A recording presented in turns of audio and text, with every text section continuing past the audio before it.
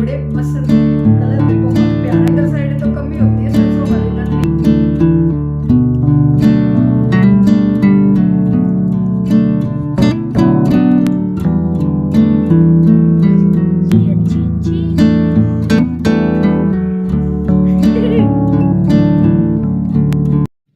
Hello, Radhe Radhe my YouTube family, welcome back to the channel Siddhima blogs. कैसे हैं आप सब? आई होप आप सब लोग ठीक होंगे, बढ़िया होंगे, मज़े में होंगे। मैं भी बिल्कुल ठीक हूँ। अभी टाइम हो रहा है शाम के करीबन 5 बज रहे हैं और शाम 5 बजे से आज अपने ब्लॉग की शुरुआत कर रही हूँ। हालांकि हमारे यहाँ पे अभी सुबह शाम का कुछ भी पता नहीं चल रहा है, क्योंकि दिन में सूरज ही नहीं निकलता। थोड़ी सी देर के लिए सूरज देवता दर्शन देते हैं और वो भी धूप इतनी धुंधली धुंधली सी रहती है। मतलब बहुत ही ज़्यादा ज़बरदस्त ठंड हो रही है हमारे यहाँ पे, कहने का मतलब ये है। तो अभी हम जा रहे हैं आज श्याम बाबा के मंदिर। नए साल के पहले दिन जाने वाले थे श्याम बाबा से आशीर्वाद लेने के लिए, पर उस दिन तो जाना हुआ नहीं। हस्बैंड को कुछ काम आ गया था तो सोचा चलो कोई नहीं, आज चल पड़ते हैं। भाई ये नया साल है तो बाबा से आशीर्वाद लेना तो बनता ही है। और नाक बिल्कुल मेरी लाल हो गई है, इतनी ठंडी हवा चल रही है। तो हम लोग पहुँच गए मंदिर, और दिन में मंदिर बंद रहता है, सुबह शाम ही खुला होता है मंदिर। और सुबह जो है वही है कि घर के काम ही बहुत ज़्यादा से रहते हैं, तो फिर सुबह निकलना होता नहीं है। तो अभी हम शाम को आ गए। बुलबुल को घर ही छोड़ दिया, क्योंकि उसकी ट्यूशन वाली मैम आ गई थी तो वो उसको पढ़ा रही हैं। तो बुलबुल को घर छोड़ दिया और मैं और हस्बैंड ही आए हैं। तो आप लोग भी आशीर्वाद ले लीजिए बाबा से नए साल के लिए, कि सबका नया साल जो है ना अच्छा अच्छा रहे। और हाँ जी, मेरे पास एक कमेंट आया था अभी 2 दिन पहले, मैंने एक ब्लॉग डाला था और उसमें मैं पार्क में जो है ना सूट पहन के चली गई थी। तो मेरे किसी ने कमेंट किया था कि आप तो कहते हो कि मैं जो है बाहर साड़ी पहन के ही निकलती हूँ, सूट मैं नहीं पहनती हूँ, तो अभी आप सूट पहन के कैसे आ गई? तो मुझे पता है ये सवाल काफ़ी सारे लोगों के मन में आया होगा। तो जी, नया साल है तो नए रूल भी बने हैं, कुछ बदलाव भी ज़रूरी है। तो अभी जो है नए साल से और मैंने ये बदलाव अपनी लाइफ में लाया है, अपनी ज़िंदगी में लाया है कि अब से ये नहीं होगा कि मैं जो है बाहर निकलूँगी तो सिर्फ साड़ी पहन के ही निकलूँगी। पतिदेव ने तो पिछले साल ही बोल दिया था मुझे कि बाहर निकलो तो जो तुम्हारा मन है वो पहन के निकलो, सूट साड़ी, कोई ज़रूरी नहीं है कि साड़ी पहन के ही बाहर निकलो। बस मेरा ही मन नहीं मान रहा था। तो इस साल फिर मैंने जो है सोच लिया, मैंने कहा नया साल है, नई शुरुआत करते हैं, वो पहनते हैं जिसमें कंफर्टेबल रहे। क्योंकि सर्दियों में जो है ना कपड़े चेंज करके बाहर जाना थोड़ा सा मुश्किल हो जाता है। आज तो खैर साड़ी पहन के मैं इसलिए आ गई थी क्योंकि मंदिर आना था। तो ऐसा नहीं है कि मैं सिर्फ सूट ही पहनूंगी, मैं साड़ी भी पहनूंगी, क्योंकि मेरे पास बहुत अच्छी अच्छी साड़ियाँ हैं, तो उनको मैं वेस्ट नहीं करूँगी, मैं साड़ियाँ भी पहनूंगी। पर हाँ, ये कोई ज़रूरी नहीं होगा अब कि मैं जो है बाहर निकलूँगी तो साड़ी पहन के ही निकलूँगी। ठीक है, तो मैंने आपके सवाल का जवाब दे दिया है। आई होप आप लोगों को समझ आ गया होगा। और वैसे ये बदलाव जो मेरे पहनावे में, मेरी सोच में आया है, वो सिर्फ हस्बैंड के कहने से नहीं आया है कि हस्बैंड ने कह दिया और मैंने जो सूट पहनना शुरू कर दिया। ऐसा कुछ नहीं है, मैंने बहुत अपने माइंड को सेट किया है इस चीज़ के लिए। और भी काफ़ी सारे लोगों ने मुझे कहा है, जैसे गुड्डू हमेशा कहती है कि मम्मी आप जो है आपका जो मन करता है वो पहना करो। तो गुड्डू ने भी बहुत बारी कहा। उसके अलावा जो है एक आचार्य प्रशांत करके हैं, उनके वीडियोस मैं देखती हूँ और बहुत मतलब बढ़िया वो जो है महिलाओं के बारे में उनकी सोच है। अगर आपने कभी उनको नहीं सुना है ना तो उनको सुनना ज़रूर आप। उनका भी मानना है कि महिलाओं के पहनावे से ज़्यादा उनको शिक्षित करने के बारे में, उनको सशक्त करने के बारे में सोचना ज़्यादा ज़रूरी है, ना कि ये सोचना ज़रूरी है हमारे लिए कि महिलाएं पहन क्या रही है। ठीक है, तो जिनको भी मेरी बात समझ में ना आई हो, जिनको डीपली समझना है ना कि महिलाओं को क्या पहनना चाहिए क्या नहीं पहनना चाहिए, तो एक बार जाके आप आचार्य प्रशांत के वीडियो ज़रूर देखना। आपको बहुत ज़्यादा मोटिवेशन मिलेगा और आपको बहुत अच्छा लगेगा उनको सुन के। खैर जी, मंदिर से आ गए हैं हम घर वापस। और हाँ, रास्ते में मैंने अपने लिए शूज़ भी देखे थे। मेरे शूज़ बहुत ज़्यादा फटे हुए थे, मैं नाइट में वॉक करती हूँ तो मेरे शूज़ फट गए थे। तो नए शूज़ मैं देखने गई थी अपने लिए, क्योंकि मेरी हील्स में पेन रहता है और मुझे डॉक्टर ने कहा था कि आप शूज़ पहन के वॉक किया करो। और शूज़ पहन के वॉक करने से ना मुझे बहुत ज़्यादा फ़ायदा हुआ है। तो मैं बिल्कुल सॉफ्ट वाले शूज़ देख रही थी, पर वो मुझे जो है मिले नहीं।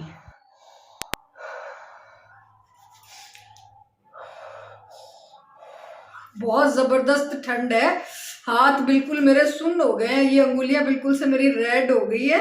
बहुत ज़्यादा ठंड है भाई, अंदर तो फिर भी नहीं लगता, बाहर निकलो ना तो पता चलता है। खैर आज ये वाला मेरा सही रहा, अगर साड़ी पहन के जाना हो तो इस तरह से अपनी ये हाई नेक पहन लो।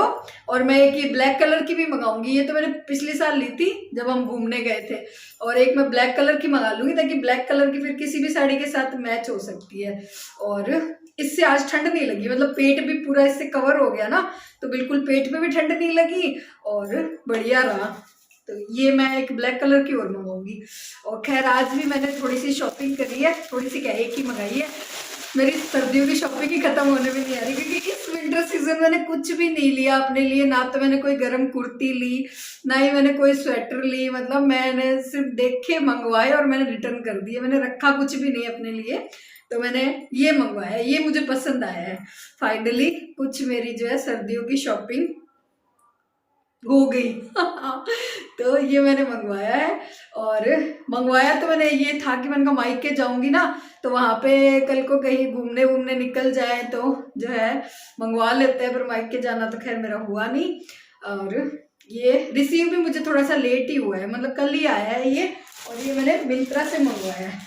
और मुझे इस तरह के पोंचो बड़े पसंद है, कलर भी बहुत प्यारा है इसका और बढ़िया है, सुंदर है पीस।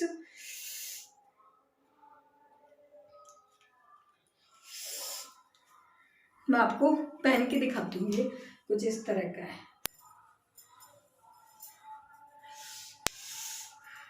ना, अच्छा लग रहा है ना। साड़ी पे भी पहन लो, सूट पे भी पहन लो, जींस पे भी पहन लो, किसी भी के साथ भी आप इसको जो है पहन सकते हो। और है भी काफ़ी गर्म, पर थोड़ा सा महंगा ही है, पता नहीं क्यों इस टाइम जो है ना चीज़ें बड़ी महंगी महंगी आ रही है, तो है थोड़ा सा महंगा ही। रेट मुझे ध्यान नहीं आ रहे, मैं लिंक दे दूंगी डिस्क्रिप्शन में, याद रहा तो आप उसमें जो है चेक कर लेना।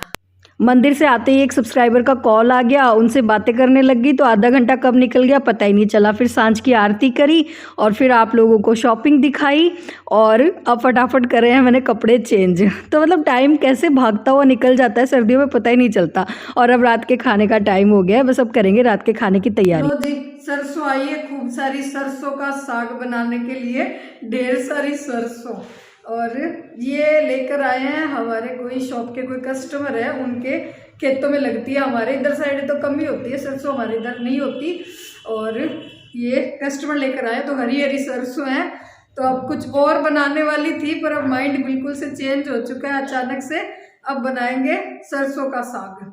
वरना तो मैंने सोचा था कि भिंडी की सब्जी बनाऊंगी, पर अब भिंडी की सब्जी नहीं बनेगी, अब बनेगी हरी हरी सरसों, क्योंकि बिल्कुल ताज़ा ताज़ा सरसों है। कल मतलब वो स्वाद नहीं आएगा जो स्वाद आ जाएगा, हरी हरी सरसों का स्वाद अच्छा लगता है। साग पालक मेरे पास रखा ही है।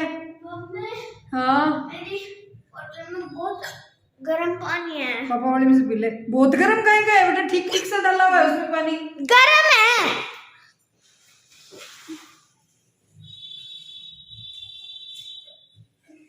अरे वाह, टॉफी।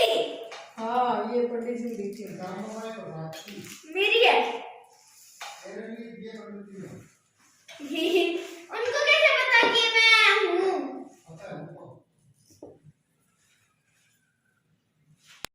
वैसे तो पंजाब में जो सरसों का साग बनता है ना, उसमें तो मेथी बथुआ ये सब भी डलता है, पर अब मेथी बथुआ तो मेरे पास है नहीं, मेरे पास तो सिर्फ सरसों है, थोड़ा सा पालक रखा हुआ है, तो मैं तो इन दोनों को मिक्स करके ही बना लूँगी साग। क्योंकि आज पतिदेव ने भी आते ही बोल दिया था कि हरी हरी सरसों है, आज तो सरसों का साग ही बनाओ, सरसों का साग ही खाने का मन है। तो फिर मैंने कहा चलो जो भी है उससे ही बना लेते हैं। तो यहाँ पर मैंने 2 भाग तो सरसों ले लिए, 1 भाग मैंने पालक ले लिया है, मतलब पालक थोड़ा कम है, सरसों थोड़ी सी ज़्यादा है। और उसमें मैंने डाल दिया है खूब सारा लहसुन, थोड़ी सी अदरक का टुकड़ा और 2 हरी मिर्च मैंने कट करके डाल दी है, मतलब इन सबको साथ में ही उबाल लेंगे।